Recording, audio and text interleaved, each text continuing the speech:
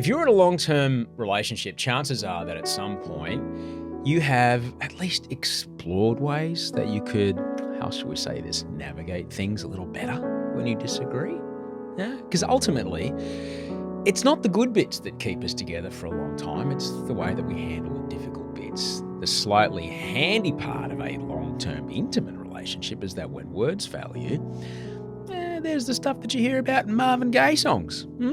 But what if when you get that feeling, you can't access the sexual healing because you're in a band? And rule number one of being in a band is don't sleep with anyone in the band. My guest today is Phil Jameson. He's a lead singer of Grinspoon, one of Australia's greatest rock bands, true road warriors.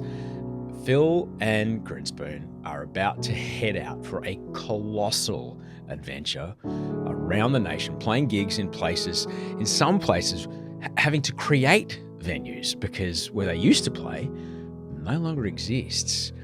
If you've never really thought about what it takes to put a band on the road, keep a band on the road, keep a band together for as long as they've been together, well, this is a conversation that'll shed a lot of light on the realities of life as a member of a band, which is truly a household name. Thanks for making the time to do this, Phil. Pleasure. Thanks for having me. It's so nice to see you. It's nice to see you too. It's buddy. really nice to see you. I was thinking as I was writing in here today, there was something about chatting with you. I always felt like I had everyone else fooled. But you, I was like, fuck, he sees right through it all. Well, I don't know whether it was a conscious thing or not. I really enjoyed rapping with a lot of the media people in the years, and I've stayed close with lots of them, yourself included, and Yumi and Lindsay McDougall, and great people. But also, I would often just lie and make up stuff, and take things sort of. And funnily enough, all through my Wikipedia, there's just all these untruths on there because I've just made up so much stuff about my life that has now become fact because the internet is facts. And but yeah, I always had a really great time chatting with you over the years. And yeah, it's funny the people that come and go in this industry. It's obviously I'm 30 years next year in it, which seems like a long time, probably because it is. But it's gone really quickly. Mate, I remember the first time I met you. I remember the club we were playing at. I remember seeing, we were on right before you. I remember playing the gig and there you fucking were. Brisbane. Yeah, downstairs on Mary Street. Yeah. And that was weird though, because it did two things for me because when I got to V, it was Pat and Chris came on to do the interview. And I had been telling the people, I don't know, I played in bands before I did this stuff. And they're like, yeah, sure you did, mate. Sure you fucking did.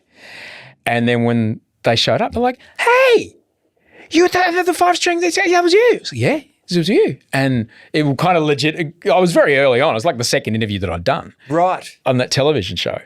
And it kind of legitimised me a bit in the face of all these people, which is quite useful. It's very useful as a young buck with a 5-string bass guitar. I can play this. Yeah, I don't have any 5 strings anymore. No, fair. I got rid of them.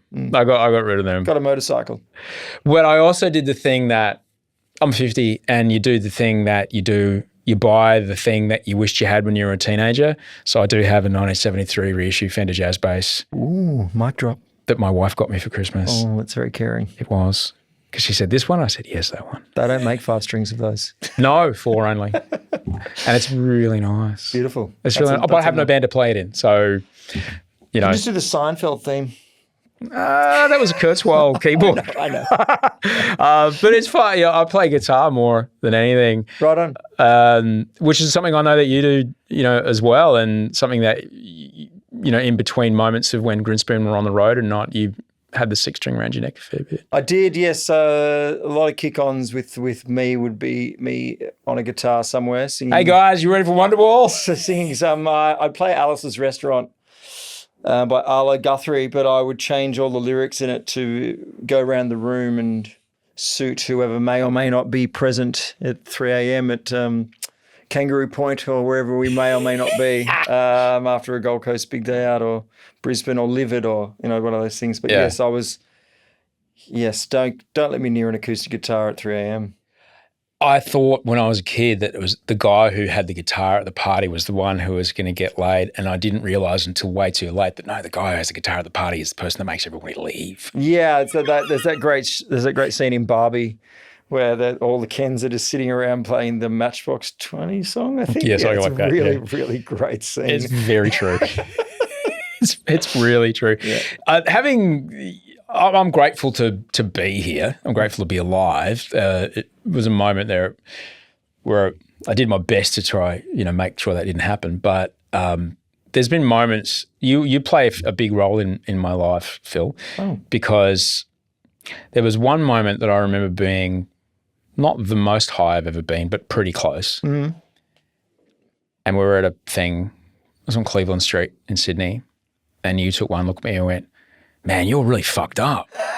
And I thought to myself in this haze of, drug oldness, like, Jesus, if Phil's telling me I'm fucked up, maybe I'm pretty fucked up. Cleveland Street. Yes, the good times. The good times. I mean, to be honest, it sort of gets a bad rap, a lot of those experiences, because it can be fun. It can be really dangerous and deadly, but it can be fun. So I think, I've got a bit of more of a yin and yang approach to it now, because maybe I'm older and maybe just a little bit more wiser about it all. But I don't remember the Cleveland Street experience. No, that's okay. For me, it was, it was fun. Yeah. And then I'd start doing it because I remember that it was fun, but it would then be fun, and then there'd be problems. Yeah. And I'd be like, "Oh, hang on, last time I did this, it was fun," and then it was just problems. It's not fun. Yeah. So and I'd forget. Yeah, you do forget, because it should just be for fun. And then when it's not fun, just don't do it. It's a pretty good rule for everything. But it's too late by then. Sometimes. I'm already high. Oh, that's right. I don't like it. True. That's a very good point. Okay, yeah. Everyone's mad at me. I've pissed off my friends again. Damn it. I forgot. And but then, because I'm a fucking alcoholic, it took me, oh God, well, that was probably 2000, a good 8-9 years more before I finally went, probably should stop this. Yeah. I gave it it's like I'm just not doing it right. Maybe there's a way. Doing things in the wrong order. Yeah. Maybe there's a way. More of this, less of that. Yeah. Nah. Didn't work. No, it didn't. I got, It's funny that you kind of figure out what does work though. And then there's that process, and it's kind of like a light bulb going off, right? So that's whatever works, right? And it's great. It is. It's good to find yourself, right? It is good. And I'm grateful to, I'm grateful to have been on that adventure, I'm also grateful I get to live the rest of my life not being that guy anymore. It's fun. There's moments I think about and I shudder. Oh, yeah. And I go, oof. Yeah, you know that tattoo, no regrets? I'm going to do some regrets. I remember showing you a tattoo. There's closed now. I ride my bicycle past it when I'm on the way here at the Hopetoun Hotel. I remember being so excited to show you a tattoo, and it was on my foot. And he went, that's not a fucking tattoo. So I said that. Yeah. That's a bit mean. I can't remember who we were with. What were you doing barefoot in the Hopetoun Hotel? So I wanted to show you my tattoo. Oh, right. Okay. Well, I didn't care about your tattoo on your foot. Oh, you did at the time. People were showing each other tattoos. We were a lady from a band who I don't remember. Right. But she was a lady with a rock and roll haircut. Right. And she had rock and roll tattoos. Oh, yes. And so there was, I can't remember. I've only started this tattooing recently. I don't know why, but it's fun. What, doing it on other people? No, just myself. Oh, right. Just making some regrets style things, like just funny, stupid stuff that I got a tattoo of Dunder Mifflin. Yeah. During the COVID lockdowns. I just watched The Office, US Office, and I just fell in love with it, and so I ended up getting the Office on here. It's funny when you go to a tattoo shop. I'm going to this really great tattoo shop in Sydney called Thanks Tattoo, and it's really cool. But you don't walk in there and get Dunder Mifflin. It's like, but I did. So yeah, you're Phil from Grinspoon. You're able to say this kind of stuff. Yeah. But it's a fun. It's fun now. I was under the impression that some head tattoos were cool, but they're not. They're stupid. So just get them. And I like stupid shit. So, like all this, I was under the impression that tattoos are this thing. I'm like, nah, it doesn't matter. It doesn't really matter. There's a fact that I found the other day, Phil, that really kind of blew my mind. Because I've been thinking a lot about the economics of the music industry and how much it's changed in the time that I've been in it, the time that you've been in it. Would you like to guess the last time an Australian band was at the top of the ARIA chart? Oh, it's been years, I'm assuming, but due to the ARIA chart being, the algorithms now have a lot to do with streaming, obviously. So, not solo artist, band. Band, well,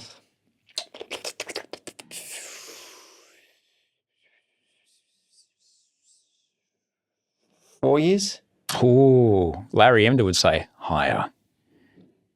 8 years. Higher. 10 years? 10 years. Justice Crew. It was the last band that were Australian that were number one in Australia on the singles chart. Singles chart? Yes. Not albums? Not albums. Right, okay, single yes, chart. right. Okay, so the albums, I know that, I'm pretty sure that Soho got a number one record 4 years ago. But yes, okay, so singles. Yeah. Singles are a different beast, though. Yeah. Because it's, let's be honest, it's a lot more pop orientated. But yeah, Justice Crew, good for them. Good for them. Yeah. Off the back of a TV show, if I recall correctly. Oh, it might have been one of those Yeah, television shows. if I recall correctly. Yeah, but yeah. the economics of touring is so different vastly to what it was. Perhaps. Yeah, I mean, and I guess my metrics of success are somewhat different, and it's not always about economics for me. Maybe that sounds a little serendipitous, but when we started this band, I wanted to sell at the Annandale and the Program Rage. That were the two things I wanted to do. And that would have meant I made it. And anything beyond that was great. And also, it was never really motivated by cash. And yeah, you are right. The economics have changed in the landscape of touring and album sales and record sales and all the stuff. I'm focusing on I'm really grateful I got to do a solo record a little while ago. And I get to do new music and I get to talk to you. So all of that's a win for me. And where it sits on the algorithmic chart and where it gets added to streamings or services or whatever, I'm going to let them do that stuff. I'm just going to sing, play guitar, maybe do some jumping, a couple of points. And that's what I can look after. Yeah. But yeah, I've seen some strange attitudes towards it, and I understand that it's really difficult now to, number one, break. Like it's hard to, because the flat earth policy that now that everything's easy to get your music out there is actually, because there's so much of it, it's really quite difficult. But there's some incredible artists doing really, really, really great music, and they're very popular as well. Billie Eilish is just off the top of my head, is an incredible artist, and she does great music, and she's hugely popular. So I think that success needs to be celebrated rather than it's all the same, everyone's got the same thing, there's no money in touring. I mean, there's definitely, Taylor Swift seems to be doing fairly well. Yeah. But that's 20 years of. I know, she worked hard. Very, very, very hard work. Yeah. I once heard that a number one single is 100,000 correct decisions, or 100,000 things that went your way. Right. Wow. That's it. And some of those are completely out of control. How long did it take you? Because you just mentioned there, that's for everybody else. Were you always disconnected from the stuff that didn't have anything to do with you? Were you able to just do your part and leave, or leave the success parts like, I've done everything I can? Well, if it works or not works, it's not up to me. Well, our bass player, Joe, was always in charge of in the very early days, he was in charge of the ledger. And handwritten, incoming, outgoing. And so he's a very, very, very smart man and really good with all that stuff. So short answer is yes. I was able to, but also I'm very, very invested in like it's not just obviously pointing on being a little bit facetious. There's shapes as well. Let's not forget. There's also shapes. But there's also like obviously sequencing of an album and artwork and touring and picking the supports and making sure the ticketing price is correct. And like that, I'm very much involved in that stuff because I really think that's very important. And I think people do notice, weirdly. I think actually general public actually do notice when the band cares. And so this band, we really care. So That's important to us. So yeah, there's a lot going on in that side of things. But the success and the metrics of what that is, I don't really judge it on economics as much. But at some point, you've got to be sure the fridge is full and the rent is paid. That's very true. Yes, especially once kids come along. And yes, you do. And I've been fortunate to wear a few different hats, whether it be theatre or solo or whatever. I've been able to do some funny little things in show business that have able to also learn as well, which is such a great thing, being in the business of a certain age that you can still find stuff that you can learn from. And, I auditioned for some stuff that I didn't get, and then that's always interesting. And yeah, it's great. And I had Howard Akapo on the show from Coolism. Mm-hmm. He was the Triple J guy. He mentored 1-4 and stuff like that. And he was like real honest about having to go home early from the Arias because the next day I had to get up for a shift at JB Hi-Fi. Yep. And the day gigs were just always a part of his life. Yes. And to keep the lights on, people take jobs that you worked in sales for a while. What was that like? I'm terrible at that.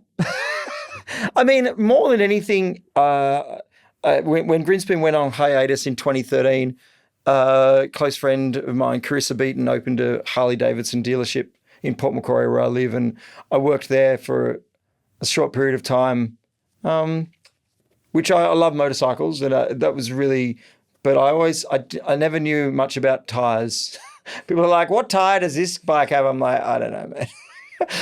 I just couldn't tell you. It's 257 163. It feels good when you go around a corner and it sounds like black. This. Do you need any more? What battery should I put in this? I'm like, so really I was really good at putting the music on and in the store and there was all these screens that I'd put on like Mad Max Road Warrior. I'm like, yeah, this is cool. This has got a great aesthetic. But yeah, I wasn't particularly good at it. And like when the band started, that we lived in Lismore, which the cost of living was very low. We didn't, I think it was $50 a week rent or something. So it wasn't crazy. It wasn't JB Hi-Fi day shift stuff. Yeah, it is real something to literally get the band back together. When did the rumblings start? In 2016, we became aware that it was going to be the 20th anniversary of our debut album in 2017, Our Guide to Better Living. Whether we liked it or not, by the time 2013 rolled around, we'd become ubiquitous at festivals and people would see us even if they didn't want to. So, for example, MGMT are at Splendor main stage and we're on right before them. So people are like, we've seen Grinners. I'm like, yeah, we probably need to just bounce for a little bit. And so we bounced from 2013 to 2017, came back, did a lap and did Guide to Better Living from start to finish. And what struck us, me personally, but I think most of the band, was just how loved the band is and how much that record meant to people. And we were like, oh, we didn't know that. We were like, this is great and flattering. And so then we just continued touring. We did like a greatest hits tour, then we did another anniversary tour. But in our still beating hearts, we were like, we really need to do new music for us, more than anything else. Yeah, that's a selfish pursuit. Also, to put in a new song in the set list, or a couple, or maybe 5, and go and do like the proper touring that we haven't done for 20 years. We're doing 45 shows around Australia. So we're doing... Yeah, it's a heck of a number. Yeah, because whether we liked it or not, we'd forced ourselves into a corner of doing, an Enmore here or there, or maybe a Horden here or there. And, it was just like every time we'd announce a tour, someone would be like, where's Cairns? I'm like, we'll get there. Yeah, right. And so, yeah, it's funny that I've done a tour just solely based on the comments section. The band are like, this looks like a lot of work. I'm like, no, but it'd be really fun. I think it was Iron Maiden that had a look at where their music was being pirated the most. Oh, that's clever. And that's that whole movie of them going through South America. Right. That's how they chose the cities. Wow. They looked at where they were the most pirated and then went, we're going there. Well, it's Iron Maiden. You could probably go every, Bruce Dickinson flies the plane, It's helpful. But yeah, then they show up and they literally sell 50,000 tickets. Unreal. You know? So you've been stealing our music for the last 20 years. Fine. We're going to take a ticket price off you and call it quits. You'll buy a T-shirt and we'll leave. I wish we were as calculated as that, but when we did announce the tour, you'd be amazed. There's still people complaining. Oh, it's on a Wednesday. I'm like, yes, it's on a Wednesday, but like we're not going to come back to Gladstone. So please come on a Wednesday. Maybe take Thursday off work. I don't know. Oh, it's on a Tuesday. Oh, where's Alice Springs? I'm like, we tried to go to Alice Springs, but we couldn't get there. Where's this place? I'm like, there was actually more shows on that run, but due to, I think Port Douglas had noise complaints. I'm like, we're a noisy band, so we can't be soft. So yeah, so we actually, a lot of thought goes into the touring, and maybe I hope people realize that. It's quite like to do 45 dates as, you know, a band which doesn't travel light. That's at least 2 hire cars, at least. Yeah. And there's a lot of hotel rooms. Yeah. That's not something that bands really attempt too much. No, not in Australia. Not anymore, no. No, that happens in America a lot. But here, it's been a while since it's been done. We're playing smaller venues. Parkway Drive did a 10-year anniversary of their debut, I believe, and did something similar. And they didn't have to do that, but they did because they love it. And I saw them at the Garvins in South Australia in Adelaide. That was sensational. And I think Polaris supported them. It was a great night of really, really great music, and the spirit in that room reminded me of Wild. And Grinners are playing the Gov as well on this run. So we're going back and doing stuff because we want to do it. Yeah. And we love it, yeah. And, you know, I look at my stepdaughter, she's 20, right? And you mentioned, you know, during the pandemic, she and her cohort never really went to gigs. And you mentioned Taylor Swift before. That was probably the first time someone had seen a band for a lot of people. Yeah. It was 300,000 tickets she sold. I'd say at least 2/3 of them. That would be the first time that anyone had ever seen a band. First concerts, yeah. And even people who were like 20 had probably never seen a gig. Yeah, I mean, I've been dragging my kids to gigs since they were but they're your kids. Yes, that's true. They're your kids. Yeah, I understand. Yeah, Taylor was good. I really enjoyed it. It was a main show, incredible show. So you're doing this thing where, and I remember I used to be a roadie. It's all got such shit hearing, right? And there's venues all up and down Australia. Well, they're not. The funny thing is they're not really. So that's one of the challenging things about this. There was venues. Well, they were venues, and now there's no bands really tour. So we're taking a truck in and we're going to make the gig. So some of them are venues. Yes, some of them are. And then some of them are a bowling club. But we're going to go in there and Grinspoonify the fuck out of that place. Right. So you're traveling with the whole thing. We're traveling with a semi. Whoa. Yeah. So you're not picking up a, Selwyn Vega W bid in. No. Well, which I learned from the last tour, which we just finished in December. It was a fly tour and stuff didn't show up for Adelaide. And I'm like, I've really taken a lot of care into production and what we're doing on this show. I mean, it's measured, but where we can push out as much as we can. Yeah. So yes, everything's semi up until Darwin, and then we fly into Darwin. But yeah, it's great to be able to go to a gig or go to a town where they haven't seen a gig, and we're going to go. This is how we do it. There was a thing when you were a part of a few of these shows when we did that Channel V thing, and we're on the back of the truck and we're out in the fields. People were like, "What? Yeah, that was fun. Fuck, this is great." That was really like, wild. yeah, it is, isn't it? And so I wonder what'll happen, because there'll be people that have never stood in a pub and had a stranger's beer spilled on them, and it's not because they want to start a fight, they're just dancing. And that's fine. 120 dB. Yeah, it's going to be good. I don't know if you can, it's your PA, so there isn't a kill switch. Exactly. It's the kill switch that used to always get us. Don't be loud. And that's wild, to have this moment. And I remember thinking that, gee, she started to see bands more and she's going to festivals and stuff. But when she was 18, 19, she didn't have that experience of being rammed into a room full of strangers. No. But they look different, they sound different, they're wearing different clothes, but they all know the words to your favourite song. Yeah. So there's something similar about you. Isn't that nice? It's beautiful. That's why we're doing it. It's the beauty of it. And also we're trying to the other thing that I tried to stress with agency and management is that I want to do as many all ages or have the access if parents want to bring their kids if possible. So some of the venues we're playing aren't the most salubrious, but you can if you're a guardian, you have the ability to bring your child, which I think is really important. Just the option, at least, giving people the option. So like a mezzanine or something, that kind like of that, gig. But Yeah. something. But unfortunately in Victoria, it's just impossible. You have to do specific all ages shows in Victoria. It's just, so that's one of the things I'm just trying to maybe do a surprise gig in Victoria. But that's Keep your ear to the ground, folks. It's not announced yet. Because weirdly, the age that I'm at is 47, and a lot of people that like our band are my age or younger or older, but they are, a lot of them have kids now. So hence the Wednesday night babysitter thing. Well, we'll just bring the kids then.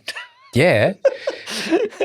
I tell you really want to make like shows at 7. Don't come late. There's no support. We're on at 7. Well, we're only taking, for those Wednesday shows that we're having press club, we're only having one support. They're doing the whole tour with us, who are absolutely sensational. So we will be an earlier night. Like we're doing the Metro Theatre in Sydney, which we haven't done for 20 years. And yeah, it's a Tuesday. So yes, it'll be early. It's not going to be, we're not getting off stage at 11:30. No way. Not on a Tuesday. Man, I need to go to bed. I know the guitar player from the Fangs, which is a fun band, and he's doing a gig. He's on stage at 1:30 at the Lansdowne this weekend. I'm like, it's not going to happen. I'm not going. I mean, the Crash and Burn where we played, it was a 1 a.m. slot, I'm pretty certain. But we were young and stupid. Yeah. And there's a time in your life when you want to, you're out, you can go out like that late. Oh, yeah. But you're waking up at noon, which is fine. It's just, No. Like if the issue is housekeeping. Yeah. Nice, Dad. Can I watch Paw Patrol? It's like, fuck me. Housekeeping. Christo's already in the lobby on a vape, having a Chico roll and a strawberry milk. Like, you been to the BP, buddy? I'm like, yeah, all right, let's get in the van. What are the protocols? I know every band's got their own touring protocol. Do you have time limits when you stop? If you're stopping for gas? No, there's no time limits, but there's a few unwritten laws. So if lobby call's 10, if you're there at 10, you're late. Uh-huh. So you want to be at least 10 minutes early to lobby call. If you aren't there by 10, we know you've slept in. So Chris is there at 9:30. So there's that. That's one of those rules. And then usually the stops are, we're pretty good at the stops because, actually we haven't done it for a long time because we've been flying a lot. So yeah, I mean, we're not going to stop for half an hour somewhere, but it depends on the drive, right? If it's 8 hours, we're going to need to stop. We're going to need to refuel. And no, it's not that regimented, but yeah, definitely getting in the van and getting on the road is you have to be early. Do you cast your tour manager? Weirdly, there's not many that are really great at their jobs. Sorry, tour manager world. I'm sure there is. I mean, we've lucked out with Hoss, who's incredible. He's fantastic. So, and we've also had Yogi as well do our tour managing. Who's if you don't have a nickname, are you even a tour manager? Yogi's on tour with Parkway Drive at the moment. Hi, Yogi. He's brilliant as well. Who also works with Angus and Julia Stone. So weirdly, there's a small pool of TMs that just get all the great gigs, and there's a reason they're the best because they are the best. For people that don't understand what a tour manager is, and I always find it as such an extraordinary job, and people think the band manager is the one that makes the show happen. It's like the fucking tour, the TM. Well, yeah, the tour manager essentially, for a younger band, makes sure that everyone is okay.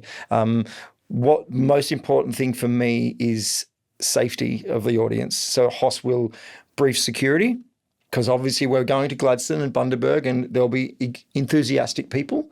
So security don't get headstrong and start ripping people out if they go crazy. And so make sure everyone has a good time. So that's one of the things that are really important to me is if you pay your $80 to come and see us, that you're safe, but number one. But more than anything, he liaises with the venue and with us. And yes, it takes a certain temperament. I had a great tour manager, Greg Weaver, who passed away sadly, very, very tragically actually, but he would do my laundry for me. Wow. Now, pretty badass. I got very spoiled by Greg. Now, yeah, like next to putting your pillow from home in a road case and bringing it with them. It doesn't happen anymore. But also Yogi has this incredible road case, which is a wardrobe, which I loved. So at every gig, it'd just be there. And so I could just go, yes, here's my costume, and go on and then take it off and go to the next gig. So I might tap him on I was like, can I take that road case for this tour? But yeah, tour manager is incredibly helpful. And for many years, we used Anthony Petruzio, who was a lighting guy who did everything. He did lighting, he production managed, and he tour managed. He had a long list of responsibilities. So yeah. The safety thing is really clearly very important to you. Massive, man. You and I were on that Big Day Out tour where Jessica, I wasn't. You weren't? No, it was Who a was the band? Limp Bizkit. We did the next year, and we did a tribute. Oh, that's right. It was a year like that's right. Because I remember standing in the 2002. crowd, and instead of doing a minute of silence, you did a minute of noise. Yeah, and then And we it was- did Chemical Heart. Yes, it was yeah. beautiful. And we did the confetti cannons. It was fucking And beautiful. her parents were there. So the previous year in 2001, she passed tragically. And then the next day, the Sydney Morning Herald had a photograph of her parents sitting in the teenager's bed, Jessica's bedroom, and all over her wall were posters of us. So she was a huge Grinners fan. Pat and I played the... Oh, sorry.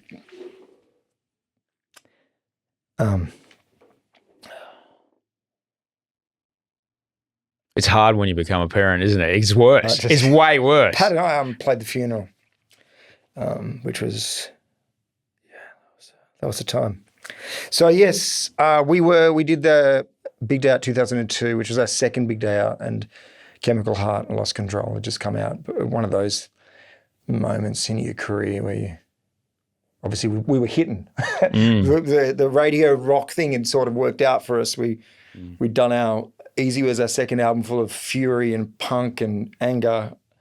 And then we'd sort of refined all that down to New Detention, which was our third record. And yeah, Jessica, we did that at that 2002 Big Day Out. And that's when we really became very, very close to the Big Day Out family. From then on, we were part of their lives, Sahara and Ken and Vivian and Jess and everyone that worked there in the House of Hoax. What a wild time, Marble Street, sorry. Wild time, man. Wild times. But safety at gigs, I mean, you've been in gigs as a punter, I'm sure, Yes, I where have. things have been sketchy. yeah, I don't love it. I mean, also, I never liked crowd surfing either. Even when I went to Big Day Out as a young kid, it was just really annoying. Like, just stop it. But I like jumping together and I like dancing and yeah, I don't mind beer getting spilled on me. So I'm a punter. I go to lots of gigs. I think it's unfair for me to go and do 45 shows without going to 45 in a year. So I try to, sometimes in Melbourne, I'll see 3 a night. You know, I'll just go to as many shows because I love seeing, because weirdly you can learn a lot what not to do and what to do. And how people, Amy from Amel and Sniffers does this really great spiel at the start of every show about being safe. What did she say? Be kind, look out for one another, let's have fun, something along those lines. I'm paraphrasing, but she says it really early, so it's the statement of fact is there. But yeah, going to these gigs where you've mentioned that people haven't seen this before, and yeah, it's just really important to me that everyone has a good time. Yeah. So don't come to any fucking shows and be dickheads. No, there's no time for that. Amel and the Sniffers are one of the more exciting bands. They're really fun. They're very, very fun. They're really I'm great. very excited to see what they're doing. They're really great. Well, Nick Launay's done their new record, so it's going to have... Well, who's he when he's at home? It's very, very good. So you'll notice little flourishes on that new song with those little cowbells and little elements of percussion that mightn't have popped up in previous recordings. And it just sounds very, very, very good. Not saying that Dan Luscombe didn't do an incredible job on the previous record, but there's a certain element of Nick. You can just hear little sprinklings of producer genius. But yeah, really, really exciting. They're really politically and morally, ethically, they hit everything. They're really good. Yeah. Having a band with a message is something that Grinspoon have been sometimes. Sometimes. I mean, I'm more about ambiguity than anything else. I'd really dislike it. Like, what's this song about? I'm like, you figure it out. But yeah, we're not John Butler and we're not Midnight Oil. But yeah, I've had a lot of fun confusing people. Telling straight lies. Or just making up what songs are about. And yeah, it's just really fun. What's it like when you see people singing lyrics back that mean something to you and clearly you can see in their eyes there's something going on? I don't really think about it. That's nice. Yeah, it's really nice. Yeah, I haven't really thought about it actually, but that's obviously one of the perks of the gig, getting people singing along. there must be something that you get out of, you mentioned that success, fiscal success, financial success wasn't really a part of the metric that you measure things on.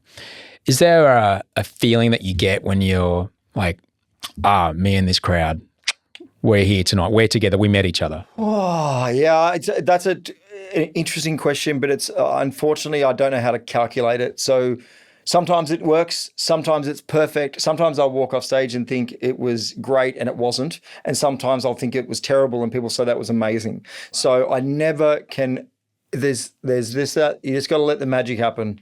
We are just but dust in the wind. And so sometimes the dust happens, sometimes it doesn't. There was a show at the Forum last year, which was really, really, really good. And I didn't think it was that great, but everyone was like, that was amazing. So sometimes I don't talk at all. Sometimes I talk a lot. Sometimes I say nothing. Sometimes I do anecdotes. Sometimes I don't. I'm very much not a scripted type of personality when it comes to the gigs. But yeah, obviously when it works, often I don't realize it. That's how in tune I am. So sometimes when it's absolutely popping, I'll be like, is this any good? They're like, yeah. I mean, I didn't even think Kemal Kahar was a single man. So what do I know? I was like, are you sure? They're like, yeah, it's good. I'm like, okay. So yeah, my radar or antenna is just a little bit, it's maybe not as switched on as people think. Any long-term relationship requires compromise. Yes, very much so. And look, it can be helpful if in that long-term relationship as a way of, particularly when I think about, for example, my marriage. Yep. Sometimes kisses and cuddles can make things better, yep, even when I've been an idiot. Yep. All right, you can't really do that with the boys in the band. No. When it comes to conflict resolution, and we've all seen Some Kind of Monster, which is one of the most hilarious films ever, the Metallica film. Mm-hmm. How do you get about navigating conflict resolution within a group of guys you've known for nearly 30 years? It's a very, very good question, and one that is not a simple answer. So recently we did a creative project, which is the new record, whatever, out August 9.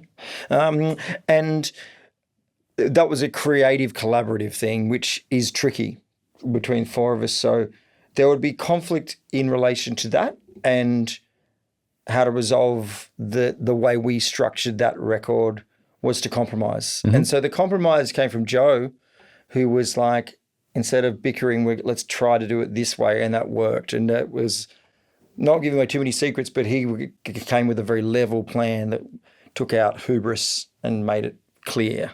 Right. So I think the best way to do it is to sort of park your ego firstly, and then trying to make everyone happy is impossible. So what do you mean it's a Tuesday? Yeah, exactly. 45 shows. So with difficulty and finesse is conflict resolution. Luckily, we don't now the record's done. There's not a huge amount of conflict, and everyone the touring part we're good at, in theory. So once everyone gets there, everyone will do their job, and everyone knows what they're doing. So, but it would be impossible to think that you're in this relationship for this long and there not be friction. No, we're good now. We're actually, but yeah, no, I mean, it's nice to be able to do. I think coming back after in 2017 and realizing the affectation people had for the band was very warming. So it made us value it probably a bit more. Right. We actually gave it a little more. It became much more meaningful from 2017 on. And I was like, oh, this is important. So, yeah. I quote your documentary title to people all the time when they ask me about, they're like, oh, we never knew that shit was going on with you. I'm like, yeah, but you only ever saw me when I was doing the thing that I love to do and I was in the fucking moment and it was great. It's like as if you see Ariana Titmus walking, you're like, holy shit, she walks because you've only ever seen her swim, right? And I would say, the show part was fine. It's the 23 hours of waiting around. Yep. That's where the danger and the dumb ideas and the silliness started. Well, there's show business, isn't it? Yeah. Right? That's part of it, the travel and the hurry up and wait and that kind of stuff. Unfortunately, one of my more negative traits is that I'm very impatient, but I'm getting better. You're action oriented. That's what I'll say. Action oriented. Action oriented. Yeah, you've got to, especially with any sort of public transport or travel, you've got to be really, really patient and treat people well. I see too often in airports and people be very rude. So I'm trying to kill people with kindness. When you are about to very deliberately embark on that 23 hours of waiting around, is there part of you that's like, oh, here we go? I fill my days now. Yeah? Yeah. So, there's the routine I have at home is now pretty important to me. So there's a certain routine and structure that I'll try to take on the road. It won't always work, but yeah, there'll be, there'll be the coffee, there'll be the exercise, there'll be this, there'll be that, there'll be this, So I think as long as there'll be laundry, there'll be that. So you don't have yoga to do. I don't have yoga to do my laundry. But also I think we never used to sound check this band because sound check, but now we love sound check. So we go, and that's a big part of our job is the preparation. Sound check's the fun part. It's like a gig for yourself. Yeah, right. If I was boozing, there'd be where I'd have a beer because it'd be like, oh, this is great. Like, listen, you guys are awesome. This is me with my sick band. Nobody else is here. Pat's doing a solo. Woohoo! Give me a 4X. Yeah. It's a really fun time because it's just us and we're making it sound good. We're actually caring, putting in the work to make sure when people walk in the door, it's 120 dB. So, the days, the 23 hours. Yes, sure. There's actually 90-minute sets now, I think, but there is once we get to the 4 p.m. sound check time, it's great. Yeah, okay, right. Yeah. You mentioned exercise. What works for you? I'm really bad at it, but I do like tennis. And I'm not very competitive, so that's quite annoying to people playing me. I often just do big lobs and I make the sound wee. Really annoys people. And then I'm really quite good at the drop shots. So I'll just do a lob and then I'll drop and it just goes over the net and I'll win the point.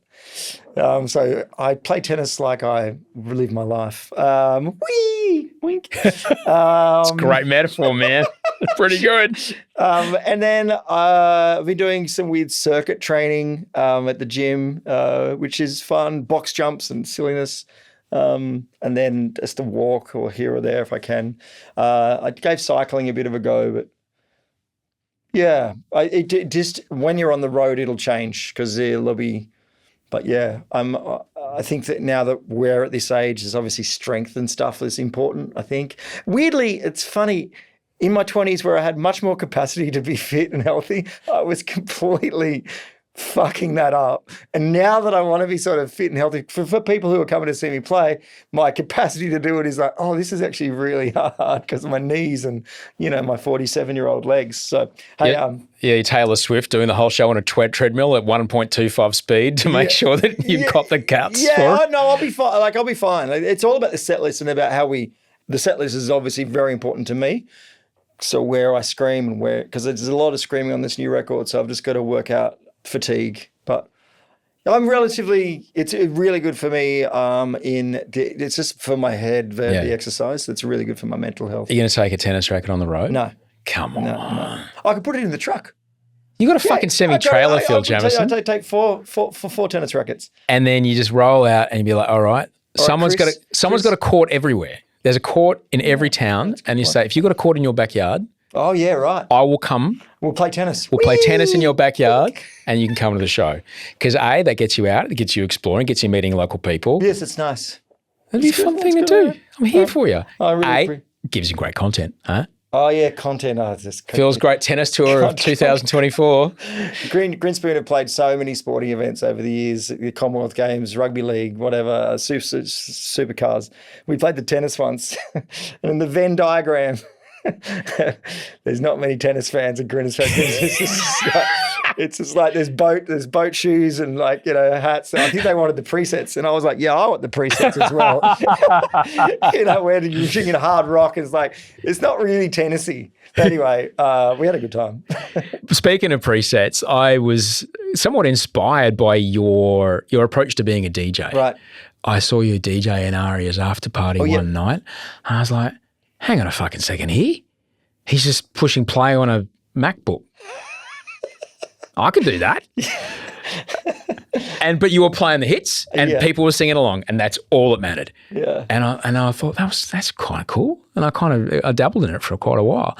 You did that for a while. You went on tour. Too many PJs. Yes, Too Many PJs was a fun little gig for a while. I did the Groove in the Mood tour as a DJ, and I would often play like 13-minute songs.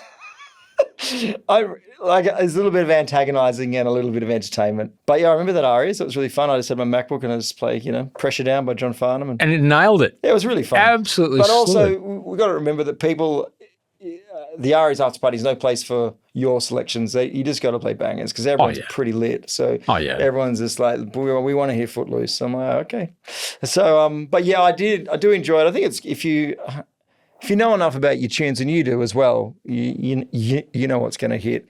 There's now, since that Aria party, there's so many more bangers and great tunes that are coming out weekly. So yeah, there's a lot to add. DJ Hookie, who I used to see down at Club 77 a bit, he's been on the show a couple of times, and he's just got this great bit that he talks about. It's like, no one fucking cares about your beat mixing, mate. No one does. Cares. No, be great, whoopee-doo. Great, you got 4 decks. All right. Are people singing along? Are people having a good time? Yeah. Are they buying beers? Because that's your job, mate. That's your fucking job. He's very wise. No one cares. The beats seamlessly blended in. Mashups are fucking 10 years ago anyway. Like, just play the hits.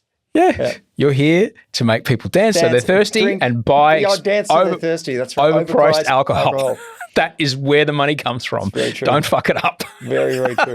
Don't play stuff that people are on the wrong drugs for, because I'm here in the business of selling alcohol, not water. Yes. And it's illegal for me to charge for it. So fuck yeah.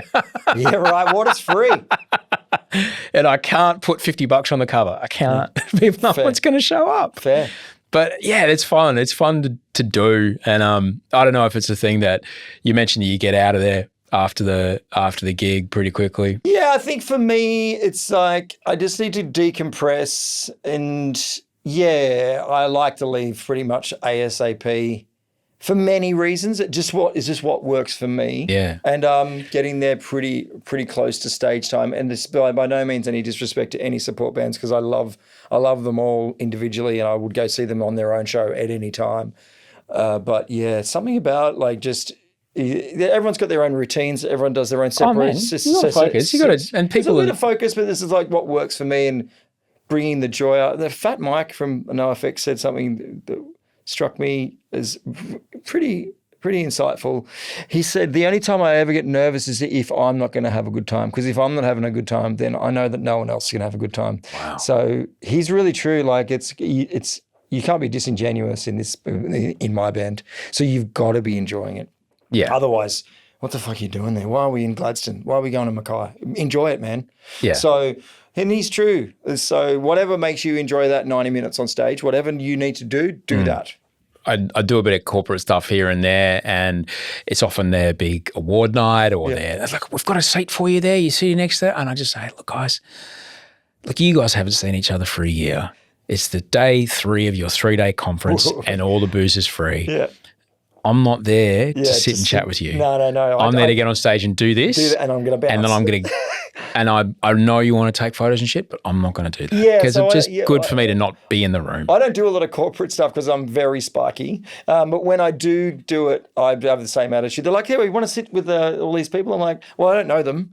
But number one, I'm sure they're really friendly. But I just want to do what I'm getting paid to do, and then I'm going to bounce. Really well. No disrespect. None at all. And hope you have a good night, babe. Yeah, but having, the people backstage know that I can't have any booze in my green room. The people that book me know to take the minibar out of the hotel room. Sure.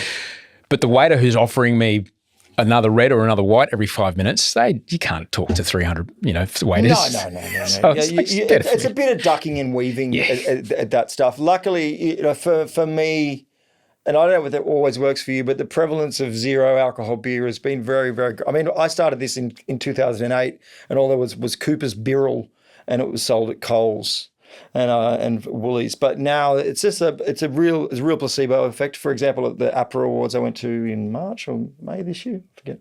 I had zeros there, which was great. So it does help for me. It doesn't help for everyone, but it does help for me. I can't. Yeah, the first time I had one, I was in Los Angeles with A zero? Yeah, with the guy that took me to my first meeting, actually. Oh, right. I was at his house for dinner and he handed me one, and it's the process. I felt the shape of the can in my hand and the feeling of the and then there was enough it's too much of the molecule. It's like less than 5%, but it was enough of it that, like early on kombucha, like before it was bottled, even that, the amount of fermentation in that, I was be like, whoa. Right, okay, so you're highly sensitive to it. Man, I couldn't do it. Yeah, fair. I get shaky just thinking about, how.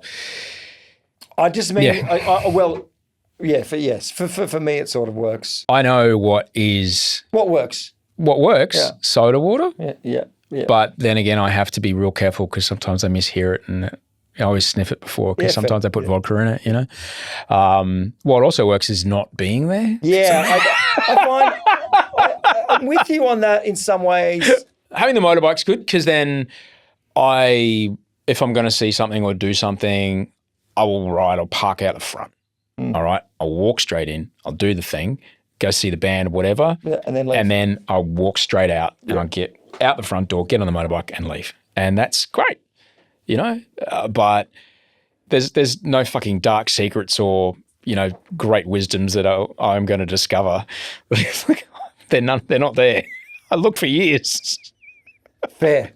I looked for years and I never understood it. Until it's funny, I was just before here, I was with a mate and his dad. I had to go, they call you and go to hospital and you're going to sit in the yard with someone and and you're like, okay, what's going on? Because they know that I don't drink and whatever. And I'm sitting and chatting to this guy. He's a mate's dad. He's about my age. And I'm like, man, I can only show him the door, dude. I'm sorry. I can't make him want to do it. Yeah. That's really fucking hard. Yeah, fair. It's really, really hard. And so every day, and you mentioned every day that I get to be here, I'm bloody lucky. It's a gift. Man. Fuck me. This is what I do. I mean, the industry's changing very rapidly under my feet, so I'm trying to figure it out, but I'm still lucky to do it, even have the opportunity. Yeah. It's amazing. I see it in your eyes, man. I see that you truly, really get how fucking lucky all of this is for you. Yeah, it's pretty wild. Sometimes, could it be a simulation? Are we looking behind the matrix? But yeah, it's been a wild ride, and getting to release 8 records with the band, 1 solo record, and touring and seeing the world. It's been quite the adventure. It's not over by any stretch. No, it's definitely not over. Actually, the second half of the year is going to be bonkers. But it's not over. But yes, I'm very, very, very, very grateful. But also, I love it. I really enjoy it. It's really fun. Your kids are old enough to know that Dad does a different job. Well, yeah, I mean, because I wasn't there. Well, I was there and I wasn't there. And when I came home, often I'm somewhat hard to live with, believe it or not, especially when I've just come off the road because, you're just so very difficult. So, used to just not doing stuff normally. But yeah, they know. I think they like the band. But they've seen me do a whole bunch of different projects over especially the last 5 years because there was different stuff happening. But yeah, they're great. Are they going to be able to join you at all? Lila lives in Melbourne now. She'll come to the Melbourne show, I think. Tom might come to the Port Macquarie show, perhaps. We'll see. I haven't really thought about it that far ahead. No? It's just like, they're not that interested. Oh, no. Dad's band, duh. Yeah, they're not that interested. But Lila's coming to see me tomorrow night. I'm at the Palais Theatre doing some stuff in Melbourne, so she'll come and watch that. So, yeah. Oh, that's so nice, man. That's a different project, but yeah, less yelly. Grinners is a hectic gig, so. Yeah, but it's fun as well. It's fun. I don't think they've seen us that. We closed the Cambridge Hotel in Newcastle this time last year, I think, or thereabouts. And yeah, Lila, I sung with Dune Rats. I got up and sung Am I Ever Going to See Your Face with Junies, and Lila sung with me on that, which was really nice. She just turned 18. So that was a cute moment. Yeah. And we covered Israel's Son at that show because Apt. because Some local guys from there, they had something to do with that song. I think. something to do with Newcastle. That was really fun. It's a great song. Yeah. So that fitted in weirdly quite well into Grinners' set. So that was great. Oh, that's really lovely. It's something that I can't quite describe how being a stepdad and being a dad is just it's fucking amazing, man. And for G, at least, 'cause she's 20, the music I get to hear that I otherwise wouldn't have discovered through her is sick.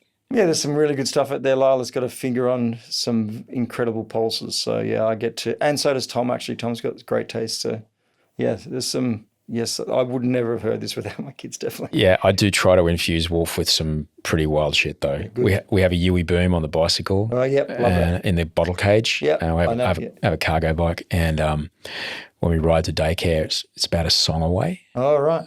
About 5 minutes ride. And this morning, he's like, play the robots, Dad. Okay. So we craft work robots all the way to school today. Wow, that's cool. He's mad for it. And then, it was Twilight of the Thunder God from Amon Amarth the other day. And it's whatever. It's fun. Awesome. Songs about dragons, son. It's songs about dragons and Thor and lightning. I love that. It's fun because you got to do something to offset the Paw Patrol. You really do. You do. Mate, you're great. Thanks for coming in, man. Thank you so much for having me. You're It's fucking been a best, pleasure. dude.